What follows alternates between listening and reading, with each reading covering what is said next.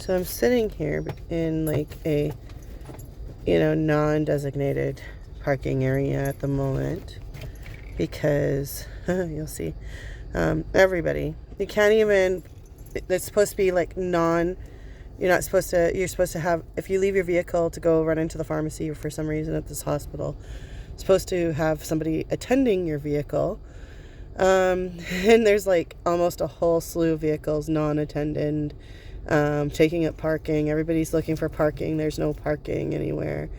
Obviously, constructions across the street and stuff make it even worse, and the extra admissions and stuff like that. And then my dogs, we took Quartz and Sasha with us, and Quartz makes an effort to learn how to unroll the window, and she did it, and she realized how to do it, and then she took her paw, put it back on, and then started to unroll it again, and I had to stop her.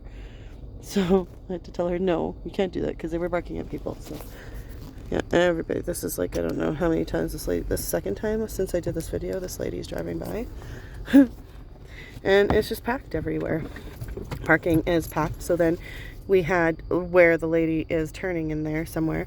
Anyways, we were over there, and this truck was waiting for parking because this is how bad it is. So we have to sit there and wait and cannot find parking because we have to wait for a truck waiting for one spot. Well, I have a daughter on life support who needs medication, and we have home care. When are you guys going to get the medication? She needs this medication, she needs that, and we know, and we're trying to do that. So we've been working on getting in his heparins and medication slowly and stuff like that. And then you have these issues. So security guard's coming out. I bet she's going to come hassle me, but hasn't put a ticket on the how many vehicles are out in the front that are unattended, and there are signs that say, please do not idle or leave unattended vehicles in front, blah, blah, blah. And there was one man out of like 15, 20 vehicles, because if you look way over there, you can see vehicles up on the side, way aligned on the sides as well.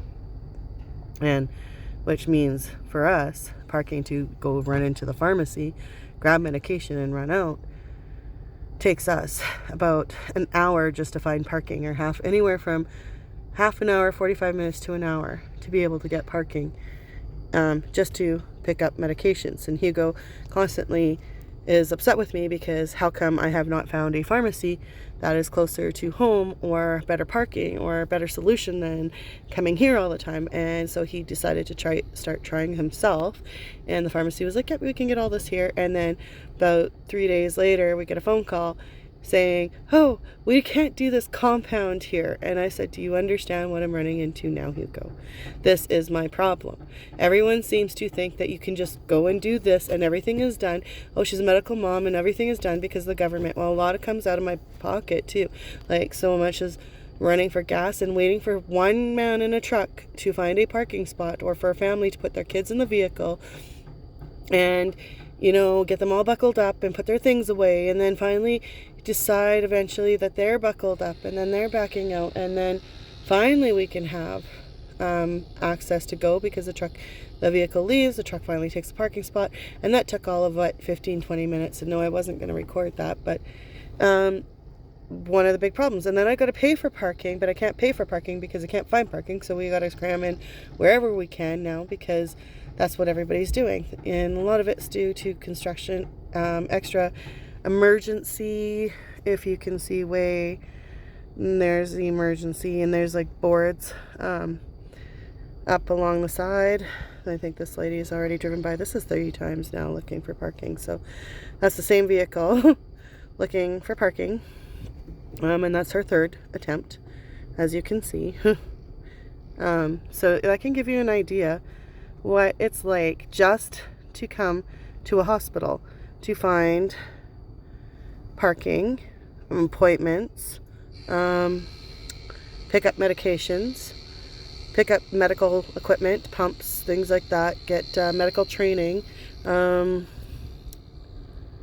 or a family member breaks a leg and you've got to, have training for how do we lift this person. See, this person's been sitting there for how long? They drove by how long ago, and they're still waiting on one person.